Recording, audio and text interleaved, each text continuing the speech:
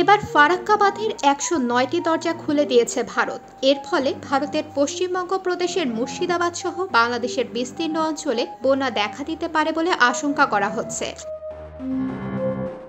মূলত প্রবল বৃষ্টির কারণে দেশটির বিহার ও ঝাড়খণ্ড রাজ্যে বন্যা ও পানির চাপ বৃদ্ধি পাওয়ায় সোমবার ২৬ আগস্ট এই বাঁধ খুলে দেওয়া হয়।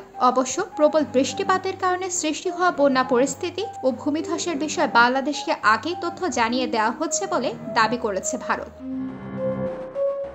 ফারাক্কা বাঁধ প্রকল্প সূত্রের বরাত দিয়ে দেশটির সংবাদ মাধ্যম নিউজ18 বলছে, বিহার ও ঝাড়খণ্ডে বিপুল বৃষ্টি হয় ফারাক্কা বাঁধ প্রকল্পের জলস্তর বৃদ্ধি পেয়েছে, যে কারণে পানির চাপ সামলাতে ফারাক্কা বাঁধের সব দরজা খুলে দেওয়া হয়েছে। কর্মকর্তারা বলছেন, পানি না ছাড়া হলে ফারাক্কা বাঁধ ক্ষতিগ্রস্ত হওয়ার আশঙ্কা রয়েছে।